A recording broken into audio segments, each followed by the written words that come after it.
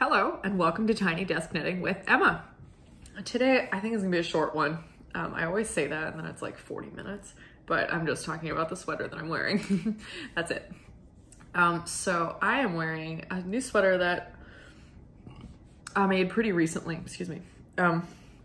And it is called The Classic by Melissa Klulau of Espace Tricot, or formerly of Espace Tricot. Excuse me, I'm just like on the burp train today, clearly. Sorry. And this is knit with a strand of fingering weight single ply yarn and a strand of lace weight mohair silk yarn. I don't know if I've talked extensively about the process of knitting with mohair and fingering weight yarn before, but it's one of my favorite combos. The fabric that it produces is really soft. It's very comfortable. You can usually knit it at a pretty loose gauge, and because the mohair is included in the silk, both of which are very strong fibers, the sweaters don't tend to stretch out of shape or pill. So I knit a couple of fingering weight sweaters in like fingering weight single ply yarns, not held double with anything, and they are just like, they're so bent out of shape, they're stretched out, they pill like crazy. Part of that is that they're knit at a looser gauge, but regardless, they'll pill. Even if they don't stretch out of shape because they're knit at a tight gauge, they'll still pill. So the Love Note, a great example of fingering and mohair held together. I have knit like 8 Love Notes or something crazy because it's such a great pattern. Love Notes by Tin Can Knits. I'll link the pattern in the show notes. But I wanted like a longer sleeved one with just kind of longer. It's stand up, you can see it's turtleneck. It's actually pretty long. It's like a tunic almost. I also didn't alternate skeins, so if you see like lines, that's why. It doesn't matter because of the mohair's in there, because it's I'll show you the yarn, the fingering weight yarn. It's definitely tonal, and I used 3 skeins, so honestly, it doesn't bother me. I don't really see the obvious color changes because the mohair is there to mix it up, and it looks tonal anyway, so not a problem. But yeah, this is a free pattern on Ravelry, and I will link it in the show notes, of course. It is knit at a tighter gauge than the Love Note. So if you can see up close, this is knit at a gauge of 21 stitches over 4 inches, whereas the Love Note is knit at 16 stitches over 4 inches. So this is quite a bit sort of denser, and also you're gonna need more yarn because number 1, denser fabric needs more yarn. Number 2 though, it's like a long sweater with long sleeves. So when I knit a Love Note, I can do it in like 150 grams of fingering weight yarn and 75 grams of mohair. Whereas this one, I needed about 250 grams of the fingering weight single, and I don't know, I used 4.5 balls, I think, of the mohair. Yeah, so not too bad. But 4.5 25 gram balls of mohair. There's more yardage by weight in mohair than there is in fingering weight singles generally, unless you're using like a sock, which wouldn't be a single, it would be a sock yarn that was thinner or something. But you know, basically get enough to make sure that you're gonna be fine. I have to get 3 of the 100 gram fingering weight single spun skeins, and then 5 to 6 25 gram balls of mohair. So details, this is a free pattern. I knit it basically to pattern. However, these sweaters that are by Espace Tricot, so this is kind of in the same style as Turtle Dove 2. Those are thick, wider gauges. Those are looser gauges, 16 over 4 inches ish. So they created, Melissa at Espace Tricot created the Classic, and then Paloma, which is really similar, but it has this twisted rib panel going all the way down the sleeve, which is super cool. She created those to fit like the Turtle Dove and Turtle Dove 2, but a little bit out of just like a tighter gauge. And I knit Paloma at the beginning of COVID. I knit Paloma for my mom. Well, I knit it for myself, but it was huge. I knit the smallest size, and it was really still quite big. I knit that in John Arbin Devonia 4-ply, which is one of my favorite yarns ever. I love John Arbin's yarns. And I think just some hand-dyed mohair silk that I'd done up. It's similar to this color. It's like the John Arbin is in Cinder Glow, which is like basically black with a little bit of red heathered through it, and the mohair was like a burgundy. But yeah, they're basically the way that this sweater is constructed, and I can tell you as much as I want because it's a free pattern, is that normally it's a raglan sweater. It's top down seamless.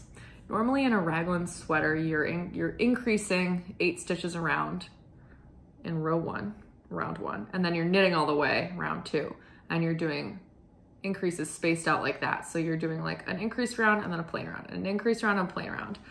On these, they ask you to increase every other round for the sleeves, but for the body, the front and back, you're actually increasing every 3 out of 4 rounds. So there's more body increases than sleeve increases, which means you're getting a lot of positive ease around the body, but not on the sleeves, which is a really good fit. So it kind of looks almost like it feels like a sweatshirt, which my mom found very comfortable. My mom and I are the same size, but I found the sweater was just like, it just kind of like felt like a sweatshirt, and she tried it on and she was like, I'm keeping this.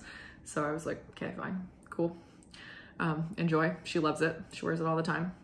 But I wanted one. And that was the smallest size. So I decided to just I didn't want it to be like so fitted that I did the increases just every other round. So I basically did an 8 round repeat where I would do like 3 out of 4 increases on the rounds, increases on the body, and then the second set of 4 rounds I would just do every other on the body.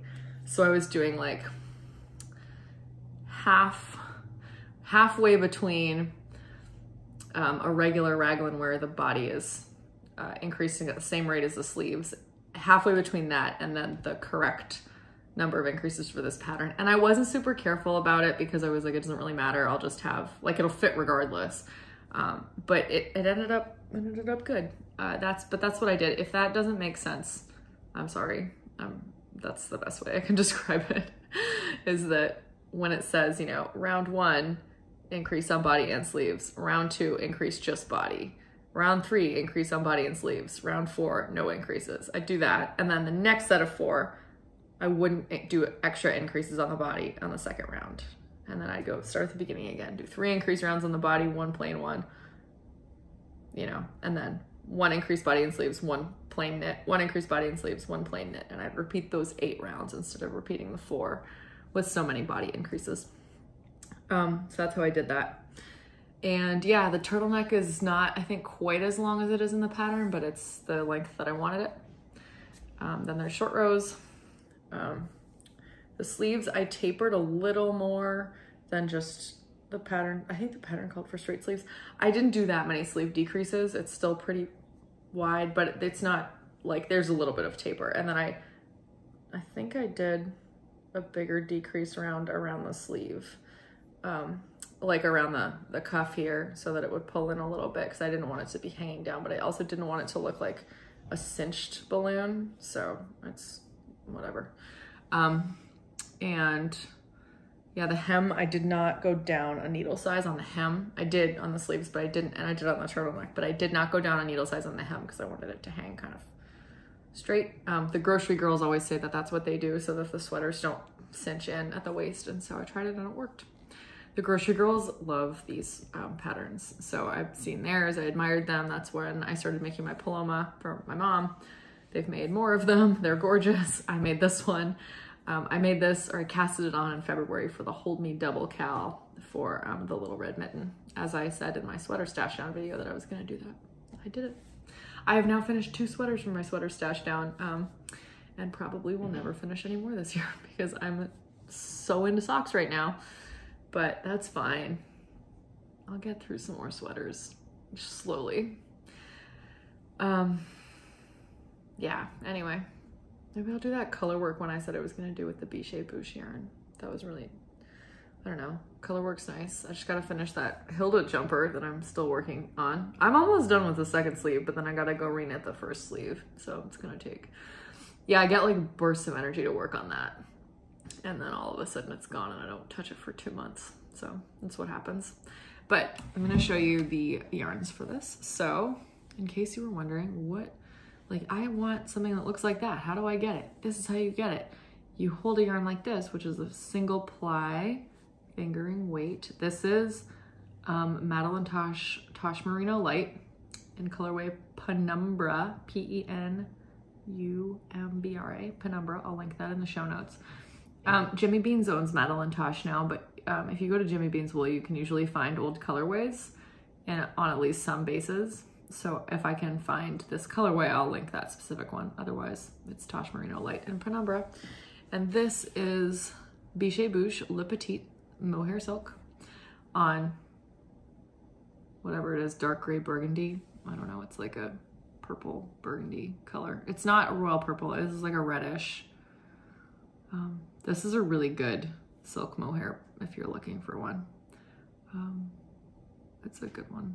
I really like this particular one. Like usually I just dye it myself because silk mohair yarn is really expensive.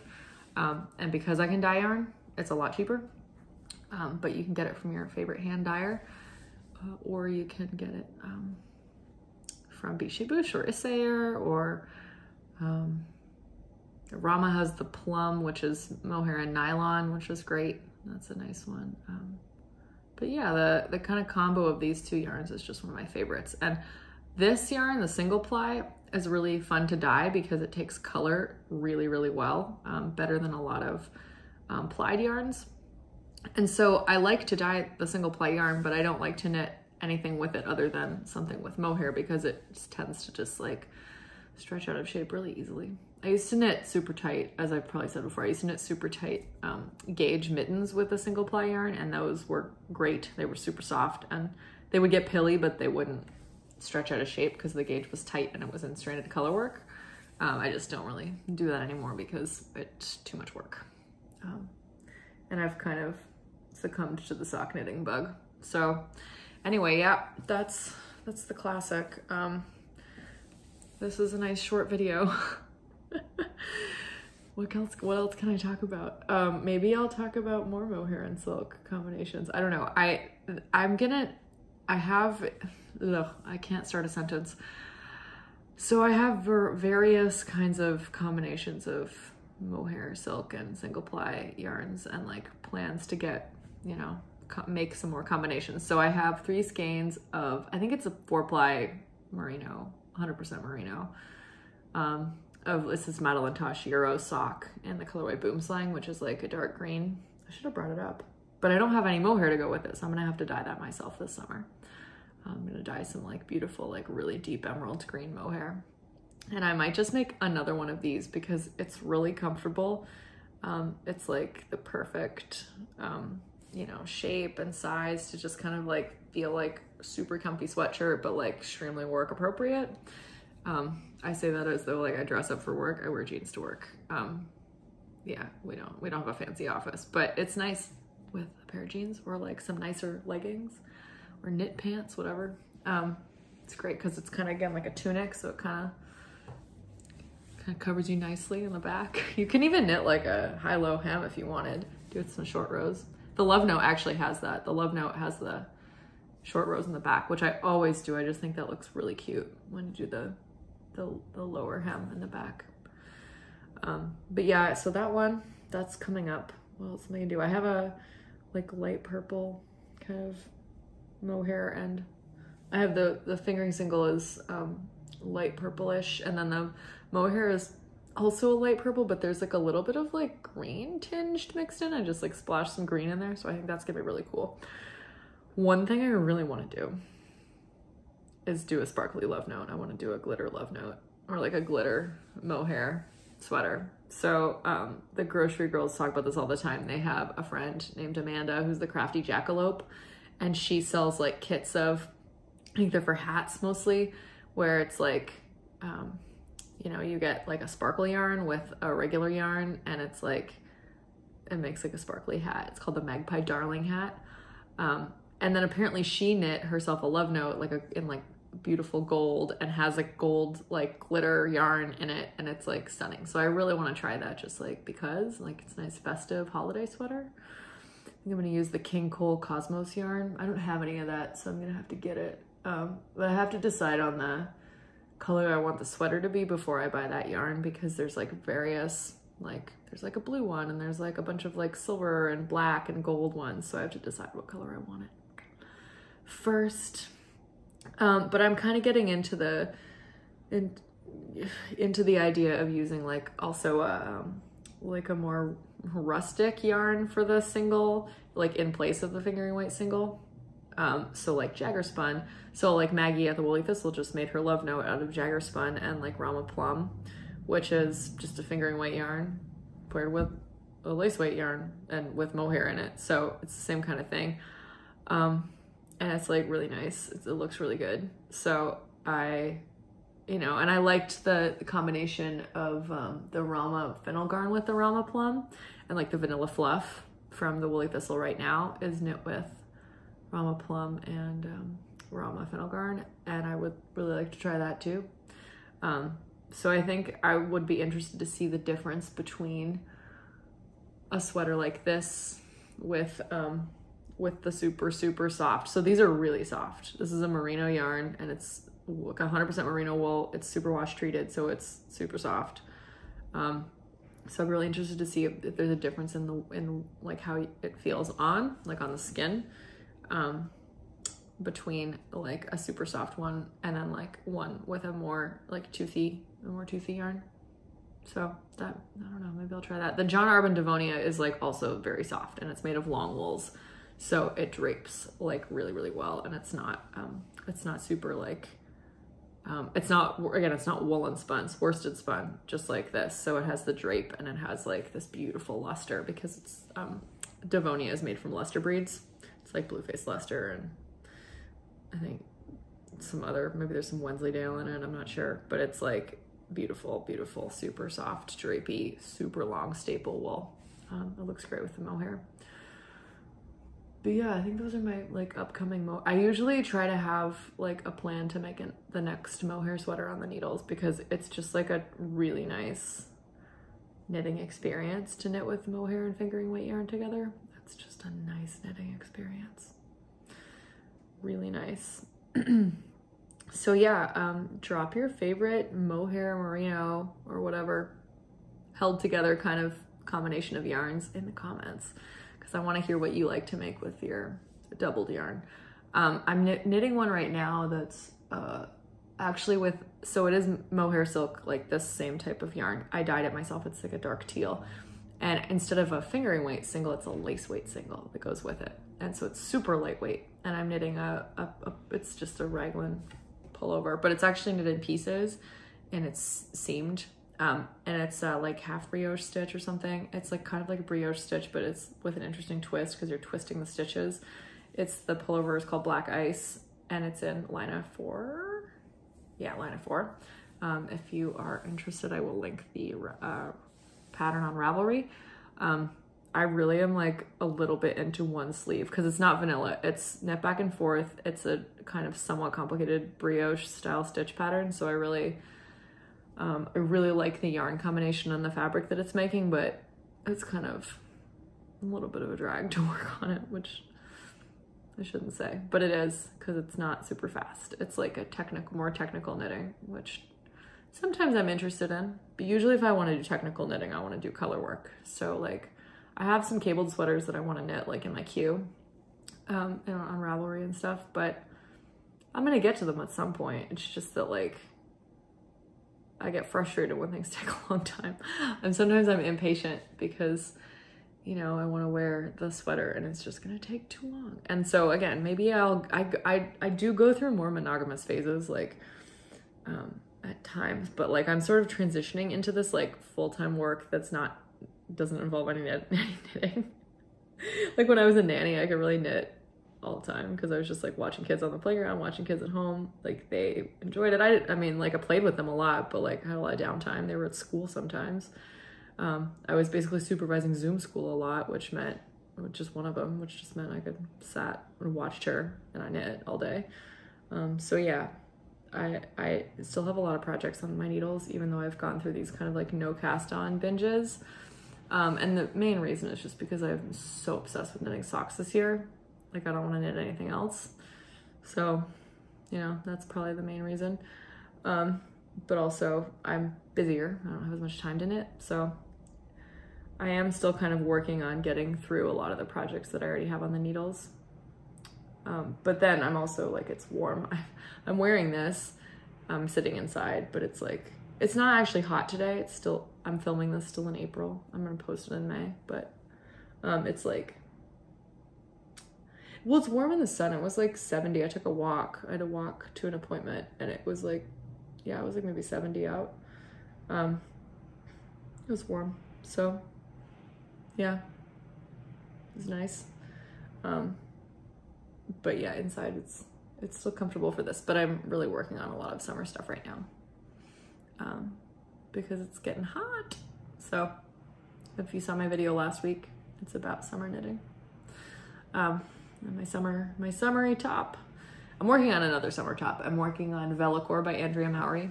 And at some point I'm gonna post a video about that because I am knitting it in 2 pieces instead of 1 piece. Because I changed the width a little bit, and the easiest way to do that was by, I mean, it doesn't really matter. It's literally knit in 2 pieces or in 1 piece, but the front and back are completely identical. So it hardly matters. But if you knit it flat back and forth, well, if you knit it the way she has it in the pattern, you're like knitting in the round and then you're splitting for the sleeves and you're gonna knit back and forth. And so for me, I was like, my gauge might change because there's a lot more purling in one version. And so I decided to knit the whole thing flat because there's hardly any purling, number 1. And number 2, the gauge shouldn't change. And I'm just gonna have to seam them together. And seam them at the shoulder and seam them at the sides. No trouble. And I can do some neck shaping if I want to. The black ice pullover that I was just talking about, same thing. It's 2 identical sleeves and 2 identical front and back. And I am gonna definitely do some neck shaping on that one. Because I don't like when things ride up too high against my clavicle. I don't like that. Is that the clavicle or is that the throat? I mean, that's my throat. I don't know. I don't know what I'm talking about. All my students would be horrified. The students I advise are mostly pre-med students. They probably all know the correct terminology for that part of these parts of the body. Anyway, I'm gonna go get some knitting done. It's Friday afternoon. I know I post these on Tuesdays, but I record at erratic times during the week. It's Friday afternoon. It's the weekend. I have a lot of fun things to do. And I'm excited to get to that. So I did good, 22. I did well, excuse me. I did well on this one. It's almost 23 minutes now. So cool. It seems like a respectable length of time. If you go back to my first videos, they're like 10 minutes, 12 minutes. They're super short. I was so much more to the point. Now I just go crazy. I ramble. They're like 40 minutes, all of them. So back to basics, 23 minutes. That would have been like a really long video for me when I first started. But yeah, anyway, this is the classic by Melissa formerly of Espace Tricot. Now she does Sonder Yarn Co. She dyes yarn through Sonder Yarn Co. They probably have kits. I should link them. I'll link them in the show notes. Espace Tricot is great. It's a very like pricey store because it's not everything is really expensive there, but they definitely have like a variety of budget friendly yarns too. But it's also in Canadian dollars, so everything looks more expensive than it is. That's a nice store in Montreal. I really like that store. I go there every time I'm in Montreal. And I spend a lot more money than I mean to, but then it's like, oh, it's okay because of the exchange rate. And then I see what the conversion is. And I'm like, oh, I still spent a lot of money. Cool. Yeah. I have to like, I had so many years without living expenses that I just like could spend money on whatever I wanted. And it's like a wake up call to like have rent and have to like pay rent. And my car insurance is a lot more expensive in Maryland and stuff like that. And I'm like, oh, I can't just buy all the yarn. Like, what would I do with it? I have to go to work every day. I can't knit all day. So I really could survive like 3 more years at least without buying any yarn at all. I won't do that, but I could. It's nice to know just in case like I, you know, all of a sudden like am broke. I probably won't be because I have a pretty good job with some security. And I have like good health insurance, which is not something everybody has. I had bad health insurance when I was a nanny and had some scares. Like I had pneumonia And the insurance did pay it, but it took like a year and a half to settle that, which was just insane. So yeah, now I go to the doctor and I'm like, this is the best. I'm not anxious about this at all because I got health insurance through my work. I used to live in Canada, obviously, for college. If you've seen my channel a lot, you probably know that. But yeah, I'm a Canadian citizen, so healthcare is just like free when you're there. And it's, I mean, it can take a long time to like get in certain types of appointments, but wow, it's just free. I know they have to pay a lot more taxes, but I feel like I work at a public university, so I sort of feel like the public university system is sort of like that anyway, because you have to pay for part of the health insurance premium. It comes out of your like paycheck before tax, but like, you know, I don't get paid. It's like, I work at a public university, like I don't make that much money, but I have free tuition at all of the universities in Maryland, the state universities in Maryland. I have free tuition if I have dependents at my institution, and like half off everywhere else, public universities in Maryland. I have a free gym. You know, I have like, there's just like amenities that are included because it's like, you know, it's more like a, I don't know, that kind of system, more like Canada, because you don't get paid as much, but you kind of get supported by your institution to like further your education and things that would normally cost a lot of money. Even like gym membership is really expensive. So I feel very lucky, and I choose to do that kind of work because I feel like it's fulfilling. I like to work with students. I like being a teacher and being an advisor. So, you know, you make choices, and that's my choice, and I don't regret it ever. So that's me. Now it's 27 minutes. I just rambled for 4 more minutes. Cool. So this video has really taken a turn. But yeah, that's me. I work at the university, and I think that's great. But I have less knitting time. I don't knit if I'm on like a Zoom with a student. I do knit in like a staff meeting, like under the, cause it's all online. It's like all on Zoom, and I'm just like have my sock because I don't have to look, and it just keeps me awake, keeps me focused. If you ever see someone like knitting in a meeting or in class, please don't assume that they're not focused. Only knitters watch this channel. Like if you are still watching at 27, almost 28 minutes in, you're probably a knitter.